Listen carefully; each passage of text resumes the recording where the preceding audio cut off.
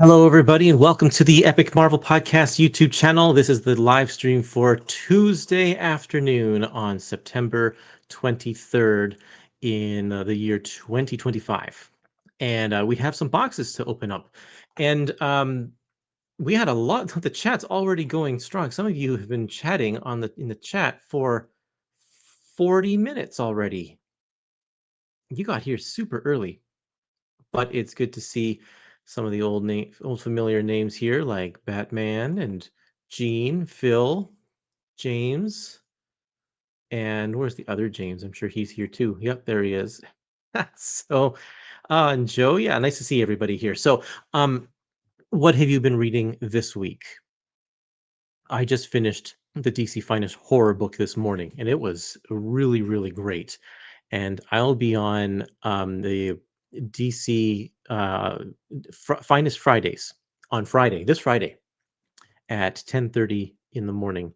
10:30 or 11. I never remember what time that show was at, but it's over on Dom's channel on Dom of X. So we'll be talking about the DC Finest books that came out in this month in September. There's 3 of them. And yeah, that book was great. Tons of really fantastic stories. Because it's an anthology, not all of them are great, but majority of them are great, and some of them are super good. And then a host of amazing artists on there. I can't believe how many just great names there are in there. One of my favorite artists, Alex Toth, does some of the best stories in there. Some of my favorites, including the one that the title comes from, "The Devil's Doorway." That one might be my favorite one in the book. Um, so yeah, let's see. Should we open something up already? I've got a few packages here. Let's start with this one here.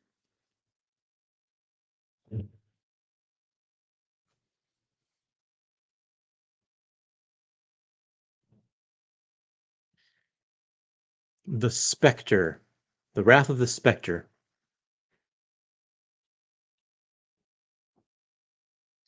This one I need to read in a hurry because I'm going to be talking about it on Friday, and I only have a few days, so I'm probably not going to get through the whole thing by then, but I'll give it a good go as much as I can. We have some, yeah, Jason and Logan and Victor have all showed up.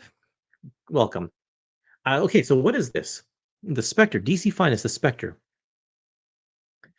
When police officer Jim Corrigan was murdered, he was denied entry into the afterlife to claim his eternal reward. Instead, he was given the opportunity to return to Earth with the divine mission to destroy all evil as the vessel of God's wrath.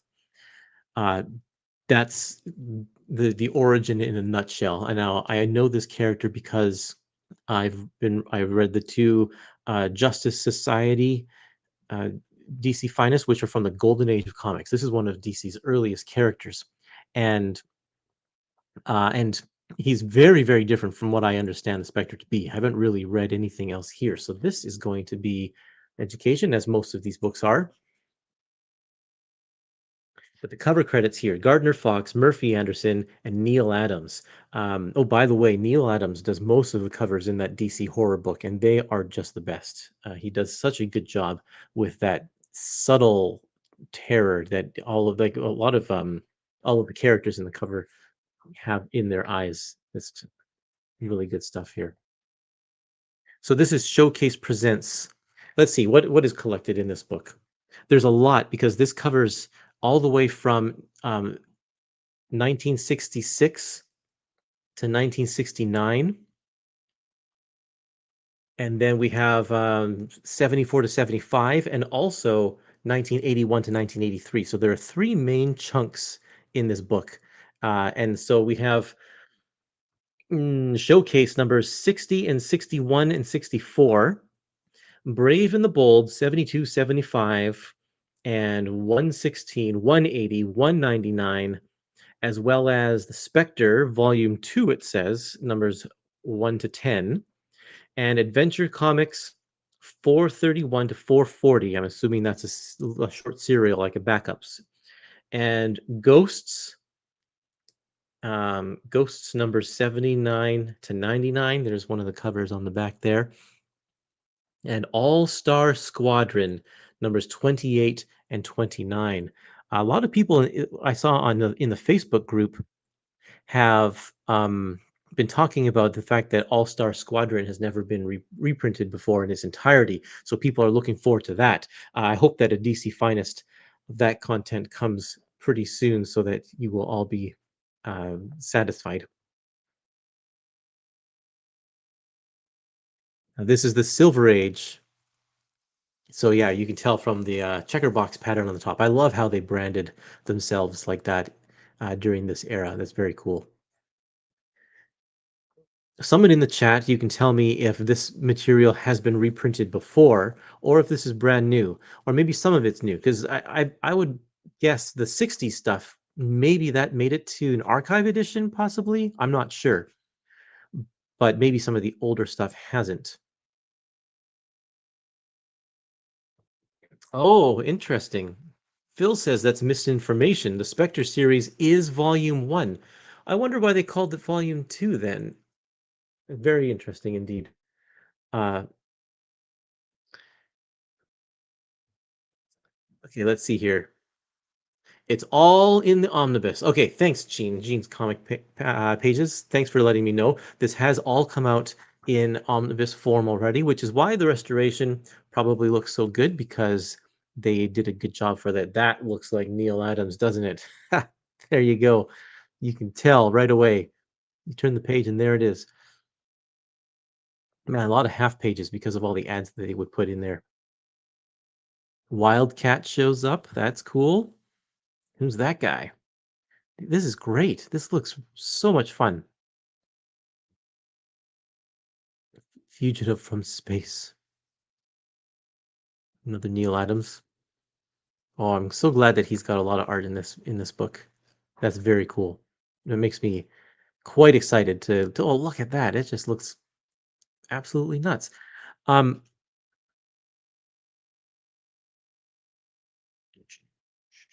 wow. None shall escape the wrath of the Spectre. The Journal of Judgment. Very cool. Yeah, yeah, this looks like it's going to be a lot of fun. I think that what I'll do is I'll probably read the first three issues of each of these eras, the '60s eras, the '70s, and the '80s, and then I will um, jump back to what interests me the most and concentrate on that and see how far I get with my reading that way for the live stream on Friday. Whoa, it gets a little gruesome there. That's very cool. Where are the gorillas? I don't know. I'll tell you once I finish reading the book. Batman's in here, though. There you go. Probably from the Brave and the Bold issues. It's been pretty consistent that there's been DC loves their gorillas, and there's been at least one gorilla issue in pretty much all of the books that I've been reading these DC Finest. There aren't any gorillas in the horror DC Finest horror, unfortunately. Love it. Yeah, I'm glad Batman's in here. That's cool. This looks like so much fun. And there's Dr. Fate in the All-Star Squadron. Dr. Fate's one of his old JSA buddies. Looks like he's going to time traveling here. That's kind of cool. Yeah. So who's getting this one? Anybody picking up DC Finest of the Spectre? Lots of this is a thick one. 600 over 650 pages. 652. No bonus features as usual.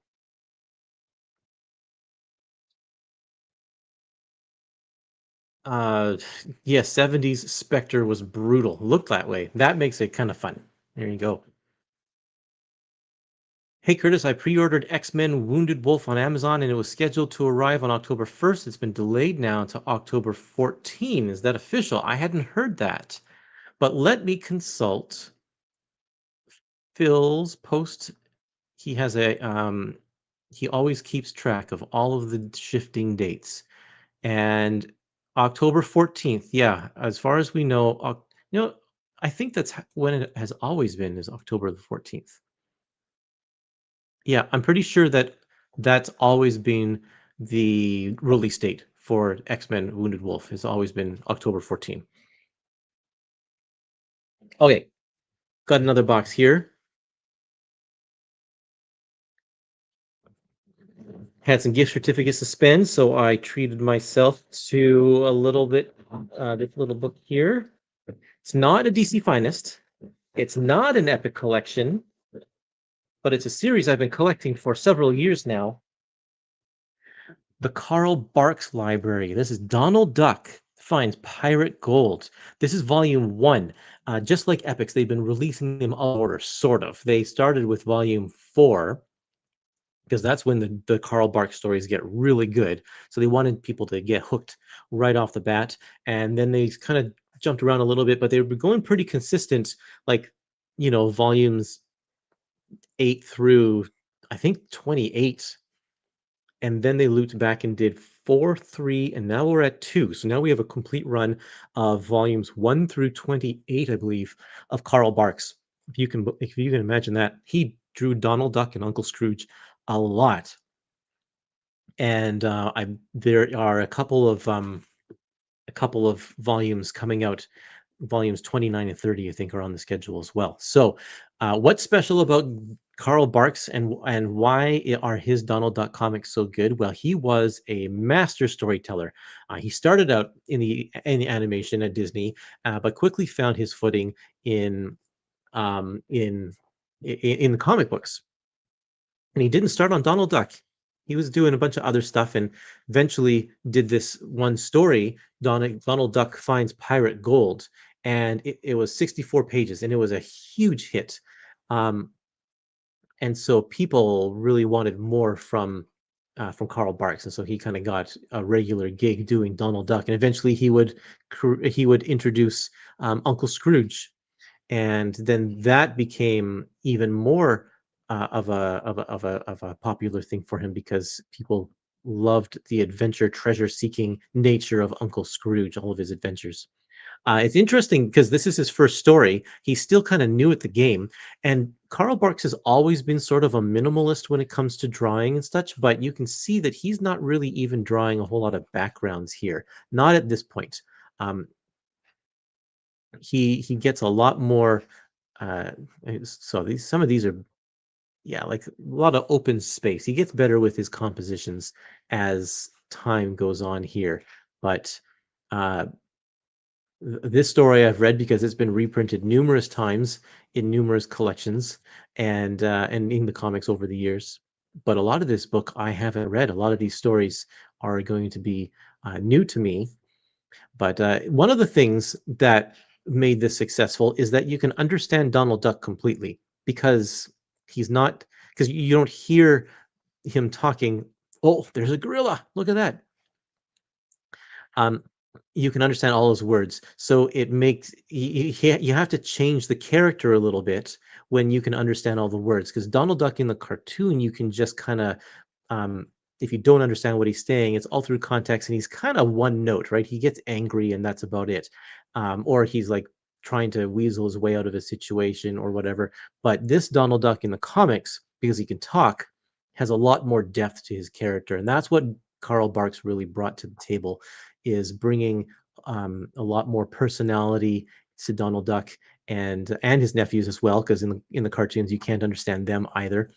And then he just took them on wild adventures all over the world. Oh, there's a Pluto comic in here too. Yeah, he didn't play with the other characters very much, so that's kind of cool that they included Pluto in here. Um, Yeah, adventures all over the world. And once Uncle Scrooge is introduced, I think he really kicks things into high gear, and the stories get even more exciting and a lot of fun. So if you don't have to read these in order. There's no continuity to any of these stories. Pick up any volume you want, and you'll have a good time. I really love Donald Duck, Donald Duck comics. Okay, what's next? Got this package here. This one is an Epic collection, and I have no idea what's inside it.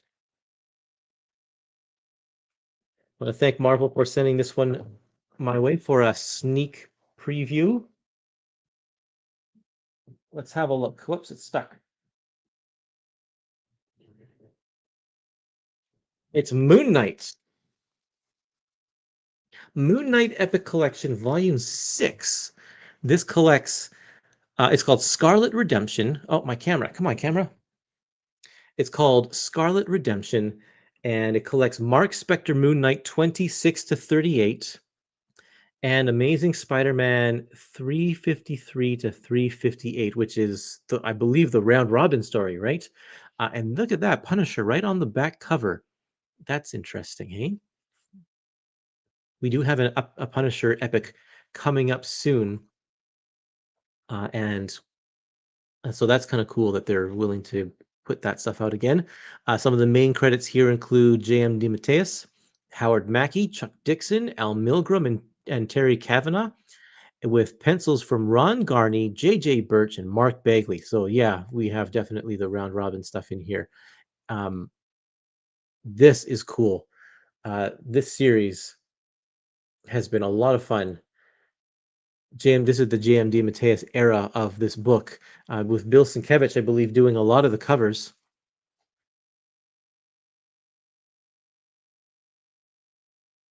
If you know anything about Moon Knight, um, he's got a few different personalities that he uses in order to reach different areas of the city to find out information and such. So he has Jake Lockley, who is a cab driver and has good connections with kind of the underworld of crime and that kind of stuff.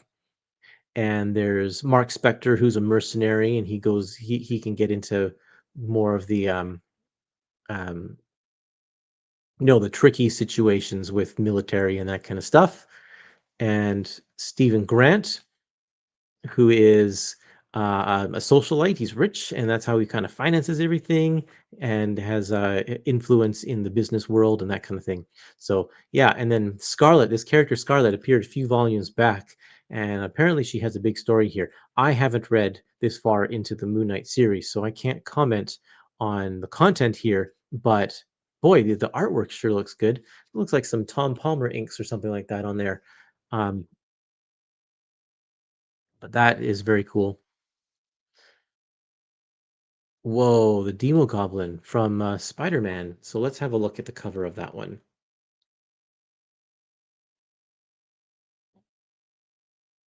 Nice. No, that's not even Demo Goblin. That's Hobgoblin. That's the Hobgoblin after he had sold his soul or whatever, during the Inferno storyline. It's the fate of the Hobgoblin. If we ever get Hobgoblin epic collections, which we probably only would if they ever made a movie with Hobgoblin as the villain, then they'd have this story in it. Okay, I can say though that I have read the round robin story because um it's in the epic collection of the same name, Red Robin. And it really does belong in this Moon Knight thing because this character here, Midnight, his story starts in Moon Knight, in the Moon Knight comics, and then it kind of comes to a conclusion here in this story. So there we are. This is Round Robin, the Sidekick's Revenge. It was a bi-monthly summer story. Sometimes in the summer in the 90s, some of the titles, the more popular ones, would go to twice a month, bi-weekly, sorry, not bi-monthly, bi-weekly. And so that's what happened here. And it featured a whole ton of guest stars. Yeah, Nova and Punisher and Night Thrasher, Moon Knight, and I can't remember if there's anybody else now, but there's a just a whole bunch of characters that guest star in it. And it's fun. It's not the greatest of Spider-Man stories, but it's definitely entertaining. There's some sort of this is like a music reference, I think, a bagel with Nova, but I don't get it. I'm not exactly sure. Hobgoblin splits into Demo Goblin and Hobgoblin in time for Doppelganger and Demo Goblin to appear in Maximum Carnage a few years later. That's right. That's what I was thinking of. Yeah, yeah, yeah.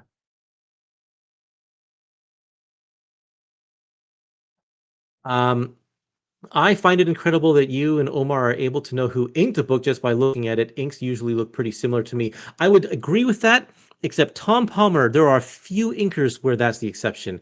Klaus Janson, Bill Sienkiewicz, Tom Palmer, Joe Sinnott. Like there are some of them who have such a very strong presence in their inking style where they kind of change the pencils or really go off script a little bit, so that you can really tell who that is. Now let's double check to see if that really is Tom Palmer. Um, I'll have to find. I don't even remember if I know where that page was, but I'll see if I can find. It was against a brick wall, guy against a brick wall. Bear with me here. Oh, yeah, here it is. This is the page I was looking at. So let's go to the beginning of this issue and have a look here. Let's make sure I'm right. Yeah, Tom Palmer is the inker. Ron Garney and Tom Palmer. And it's the way he shades because he has a very feathery look to his all of his cross hatching and and the way the shadows that he gives in the folds of clothes are always very similar. It's that kind of thing, that makes it stand out. He likes to use zipatone patterns often in his backgrounds as well, so that is something to look out for also. But yeah, it's he's controlled but sketchy. A lot of his inks, his ink lines and stuff like that, they are a little bit wild but always on point, like always very precise. So that's how I tell it's Tom Palmer. Again, can't do it for everybody. Yeah, Joel Rubenstein stands out. Rubenstein stands out as well. Yes, um, You can tell when Vince Coletta was the inker. Yeah, he uses a very thin line in his inking. He is doesn't go for the fat brush strokes always, but um, and his inking looks different depending on which issue he's on, because sometimes if he's rushed on the job, it's not as good as, but sometimes Colette is a very good inker. Let's see.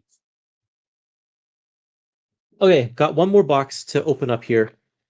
Oh, by the way, Moon Knight Scarlet Redemption. Let's see what the on sale date is here. Moon Knight is going on sale. October 21st. That's like a month away. So yeah, there you go. Everybody can enjoy a little bit of that in time for Halloween. A little spooky character. Where'd my window go? Oh, you all have some great options here. Palmer was one of the best inkers. Dana says Jack Abel's very noticeable for his thin line. Yep, true. Alfredo Alcala and Ernie Chan are unmistakable inks. Definitely, I would definitely agree from Ernie Chan. I don't know that I know Alcala enough to be able to identify his inks, but Ernie Chan is so good. That cover is perfect for Halloween. Yes, it is. Okay, let's see what's in this one.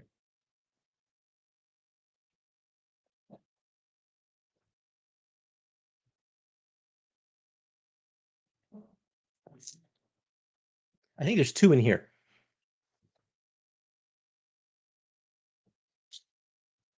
Oh yeah. Okay, so two modern epics. First one we're going to talk about is Captain America, Modern Era Epic Collection, Volume 3, The Burden of Dreams. And there's Captain America's new costume there, or new for the time, right on the spine, right on the cover. This is collecting more of the Ed Brubaker era of Captain America. Captain America, the 2004 series, 31 to 48, plus 34 director's cut. Um, Steve Epting does this cover.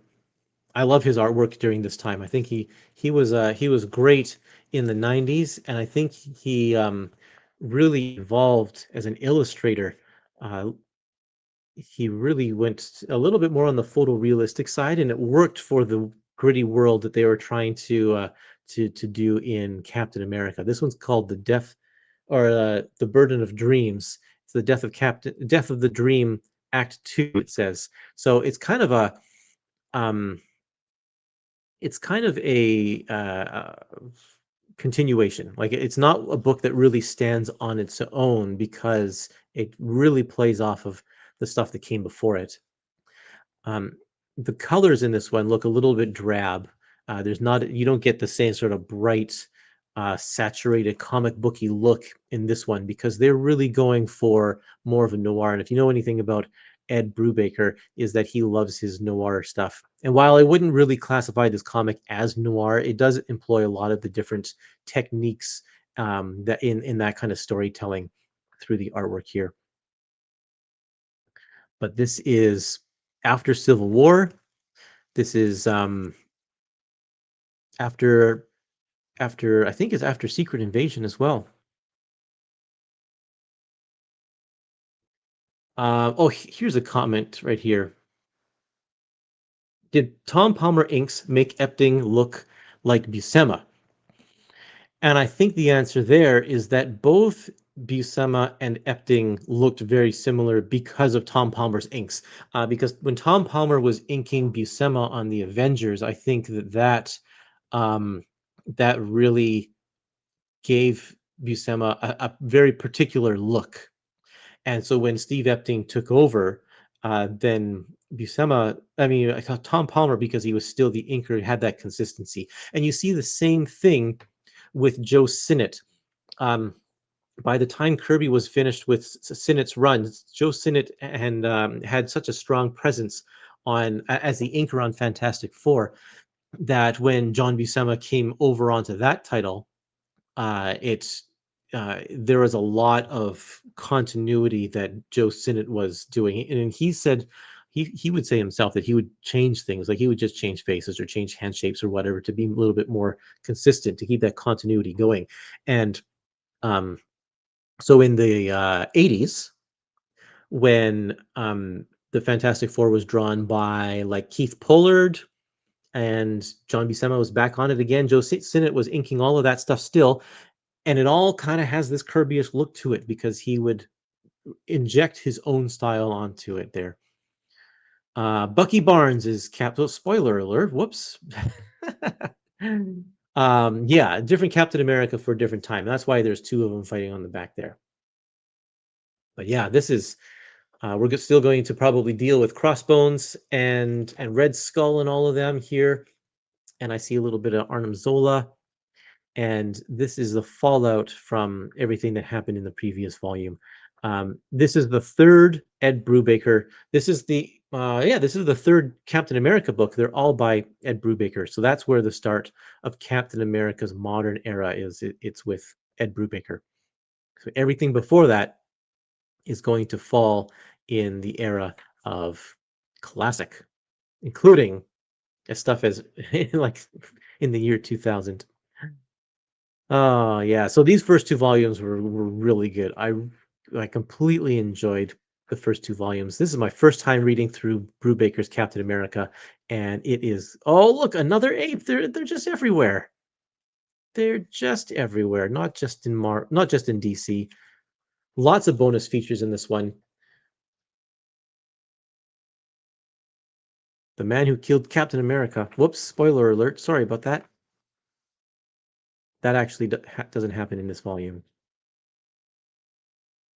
Scripts, looks like scripts and sketches, cover sketches, and unused art here.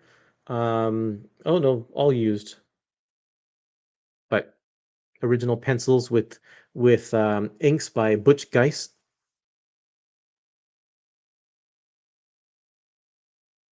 and some entries from the handbook, the current handbook. How many more epics will it take to complete the Brubaker run, you think? I'm not sure. It had like 3 Omnis, right? And if you split the Omnis in two, generally speaking, then that would get us to 6. So it might be a little while still before we get to the end of Brubaker and move on to something else. This might this might come as blasphemous, but that is my definitive era of Cap. I love it. Wow, 5 Omnis, James. If there were 5 Omnis of varying sizes, then yeah, it could be up to 8 epics, or maybe if they're varying sizes, if some of them are small, it could be just 6 or 7, but I haven't mapped that out. I have no idea. This is just a straight shot of Captain America issues. Nothing else in here. No one shots, no crossovers, no anything. So enjoy it. Captain America: The Burden of Dreams. What day is this one coming out? October 7. That's coming up pretty soon, a couple weeks from now. And that's why I got these two together. So also coming out on October 7 is this other Epic collection that was in the box, Annihilation Volume 2, Desperate Measures. Man, my camera's just all over the place today.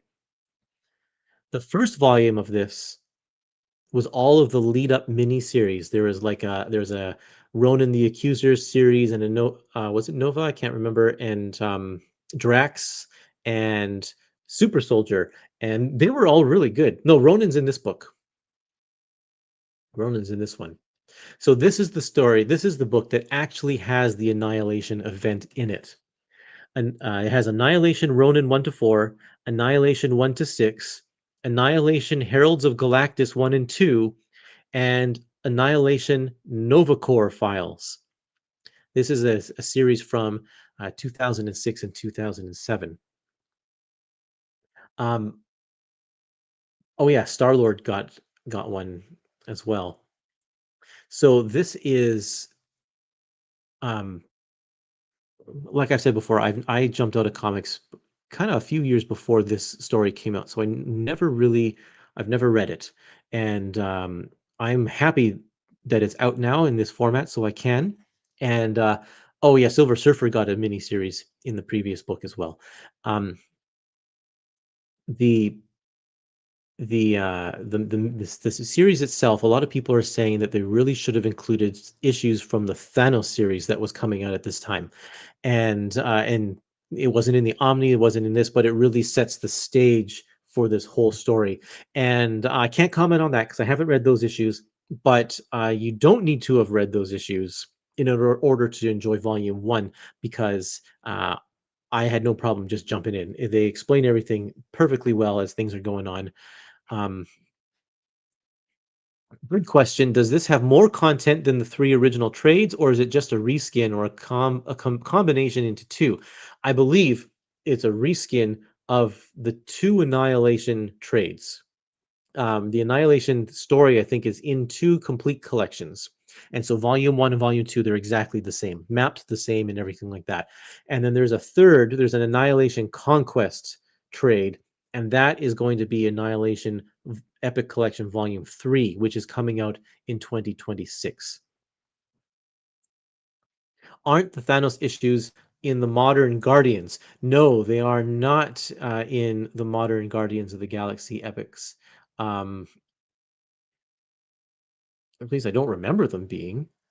Maybe I should just double check that before I say that definitively. Where's my spreadsheet here? Guardians of the Galaxy, Thanos Imperative. Is that what? No, that comes after. So in fact, all of the Guardians of the Galaxy Epic collections are after this, because this is where Guardians of the Galaxy starts. Guardians, the modern day, like Peter Quill Guardians of the Galaxy, comes as a result of Annihilation and Annihilation Conquest. So yeah, they're not. There are other Thanos issues included in the modern Guardians epics. Originally released it as 3 volumes, then repackaged it as 2 complete collections, then rebranded those complete collections as epics. There you go. Michael has the entire timeline, the entire history of these collected editions. You want to take a look inside? I think we should. Boy, lots of names there. Simon Furman, Keith Giffen, Christos Gage, Stuart Moore, um, Michael Hotskin. Those are the writers. Jorge Lucas, Andrea DeVito, Giuseppe Camancoli, and Mike McCone, Scott Collins. Wow, a lot of great, a lot of great writers and a lot of great artists here. I heard that Keith Giffen was one of the good main instrumental figures, writing figures in this story. So I'm glad to experience it now. This is the Ronan the Accuser miniseries.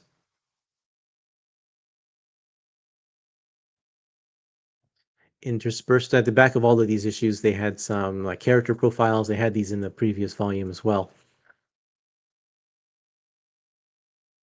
And then the actual Annihilation Conquest miniseries here. It's all space battles. So just flipping through here, you can't even really tell what's going on because it's all just kind of explosions and stuff. Well, except for these pages, apparently.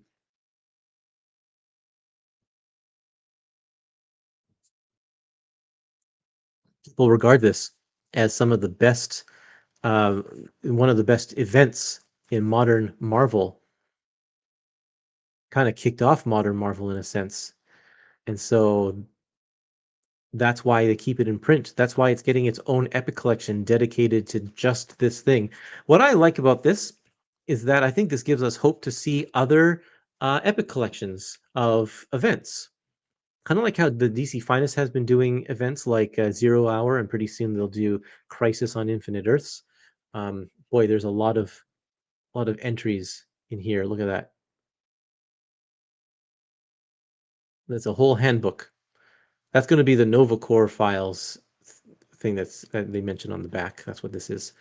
Sorry, what was I saying? The event epics. They're not calling these events epics like DC Finest is. They're just calling it Annihilation, and there's going to be three at least. I don't know if it goes on beyond that, but I'd like to see some more events. I want to see a Secret Invasion epic collection, and would they collect all of the random miniseries, even though they've been putting those in other books? I would hope so, because if I'm just interested in like the Civil War story, then it'd be great to have a complete collection of that with all of the different side stories and such. But we'll see what they plan to do with that. I'm not sure. So both of these are coming out October 2nd, and I should have received. Someone was asking, um, where did it come? Do they tell you ahead of time what is coming, or is it a surprise each time a box shows up? It's a surprise. And especially right now, because they were playing catch up a little bit because their distributor, they're having some issues with the supply chain or something like that. And so that's why some of these came out earlier. I got this book, which is coming out October 21st, a week before these two, which are coming out on the 7th. And I haven't seen the X-Men Wounded Wolf one yet, so that one should be coming pretty soon too. I can't wait to show that to everybody. That's one of my more anticipated ones. But these are good. We really need a Maximum Carnage event epic. Yeah, right. Oh man. This event doesn't encourage me that much because there were no real tie-in issues that they have. Um, True, it was all contained in its own event. This was kind of they were just on the cusp of tying in all of the series into their main events. Um, Now, if they do Annihilation Conquest and include the Nova issues, then maybe more encouraged. Well, let's see. Let me just check my spreadsheet because they have announced Conquest. And what is it going to be? It's going to be Annihilation Conquest Prologue 1, Annihilation Conquest Quasar 1 to 4, Annihilation Conquest Star Lord 1 to 4, and Annihilation Saga. It's going to be a thin one. Looks like there's only 9, 10 issues in there. I'm hoping that some of those are double sized because that's pretty thin. But no Nova issues. It's thin enough that they could have probably put some Nova issues in there. So Marvel, if you're listening, maybe stick some of the Nova issues in there to bulk it up a little bit. You've got time. It's definitely not. Uh, it hasn't gone to press yet. When does X-Men Volume 2 reprint come out? Let me check the schedule for you there. It is coming out. That's a good question. I don't have a date on that, but it's coming out sometime in 2026. I think April, May, or June. Um, why don't I have that on my spreadsheet? Good question. Let's see if Phil knows over on Facebook. April, May, June, reprint.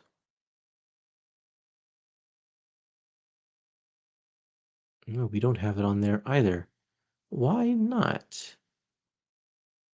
Oh, there it is. It's in January, no, February, the 24th of February, a reprint of X-Men Epic Collection Volume 2, Lonely Are the Hunted. That one's going for big bucks on the secondary market. So, for those of you who have been holding out, you just have to hold out a little bit longer. February is not too far away from here, and then you can add that to your collection. The print run's going to be small, so don't wait on it if you are thinking of picking it up. They won't be they won't be they won't be printing that many copies of it. They're sticking pretty close these days to, from what I understand, to the pre-order numbers. So I would encourage you now to pre-order it. In fact, it's in the solicits. I think it was in the solicits for this month because we did February. No, actually, it's late February, so it'll probably be. Now I can't even remember if we talked about it in the solicits or not. March, did we talk about March already? Surtur War. Oh yeah. We did talk about it already. So yeah, it's been officially solicited. You can put in your pre-orders at your comic shop. Make sure you get it in before the final order cutoff, and that will help that'll help Marvel determine how many copies they want to print. Um, Infinite Crisis should be good. Looking forward to that too. When I read it a long time ago, I just read the 12 issues, not really any of the tie-ins. So yeah, um, I'm looking forward to that too. It should be like a, what do you think it's going to be? Like four volumes, or maybe even 6 volumes. There's a lot of tie-ins in that one, right? Um, really looking forward to the Infinite Crisis event, DC Finest, changing minds at Marvel. Yeah, um, I'm hoping that it will change minds at Marvel as well. And you're looking forward to the DC Finest War book. I'm really happy with those anthology ones. Like I said, horror was really good. I enjoyed science fiction quite a bit. I like the horror one way more than I like the science fiction one, but glad that they're getting those books where it's kind of like the oddball comics that people don't really talk about or whatever, and they're sticking them all into one. So there you go. What are some of the upcoming epics and DC Finest that you're looking forward to? Well, definitely looking forward to reading Annihilation. That one was at the top of my list of uh, of most wanted for a little while here, and same with the X-Men one, Wounded Wolf. That one is definitely at the top of my list too. I'm really looking forward to the Superman Triangle era book that's coming out, the DC Finest, because I love that era. I think it's great. Um, Death in the Family, really looking forward to that Batman one. Hoping that there will be more of that era of Batman coming up in the DC Finest. Let's see here. What is coming up here?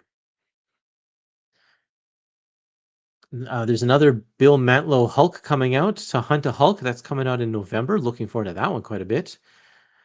Um, what else is there? The Not the Doctor Doom finest. Epic Collection. Unfortunately, Life Death. Yeah, I'm glad that we're getting two X-Men Epic Collections pretty close together. One in October and then another one coming in January. So that's very cool. What else is there? Amazing Spider-Man Modern Era Volume 2. Looking forward to that one. The last of the Bendis Daredevils, Modern Era Daredevils, that one. So yeah, there's a bunch that I'm really looking forward to. In terms of DC Finest, yeah, there's one. I'm really looking forward to the Mike Grell Green Arrow. You're right. That one is going to be good. I'm very curious in the Super Friends volume. Actually, that one might be a lot of fun. Um, what else? Where did I put my list? What else is on the list for DC Finest? Oh, Static is coming out like in a couple weeks. I'm looking to that one because I don't really know anything about the comics. I just know the cartoon. Peter David's Supergirl. Looking forward to that one too. The War Book. Um, let's see here. More Flash. That one should be good. Dead Man. Looking forward to Dead Man. Yeah, that. So there's a few of them. Uh, I really, it's like every week, it's so special that every week there's just new stuff that they're curating it for us so that it's like mail order. It's like you get a new sample. Like if you're a part of a book club or a wine club, they send you a different bottle of wine each month, or that kind of stuff. It's like same with DC. It's like every week, here's a new thing for you to try out. It's not in order. It's just a random sampling of something from Marvel and something from DC, and it's just so good. I love the way they're doing that. I'm surprised that Marvel Epic Collection didn't skip into the Spider-Man Brand New Day era because of the movie next year. You would have thought that that would have been a good volume, and maybe they will. Maybe that volume will come out late 2026. Oh yeah, the second Suicide Squad. I'm really looking forward to that one too. That first volume I really enjoyed. Looking forward to the Westerns DC Finest. Yep, Demon, Fourth World, and Deadman are my three finest picks. Yeah, so a lot of Kirby there, so that's good.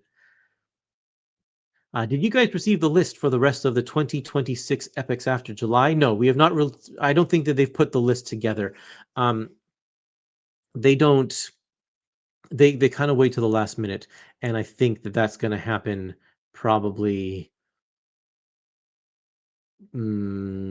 February. It's going to be sometimes they do it late November. Sometimes we have to wait till the new year. So I'm not exactly sure when it's going to happen this year. But it'll come in a few months. You have to wait for a few months still. If you don't mind me asking, is your partner into comics too? She's not. She reads science fiction novels, and she plays a lot of video games, but not into comics. And I've tried. I recommend stuff to her all the time, and sometimes she humors me a little bit and reads, but most of the time she's like, "Ah, I'm not going to read that."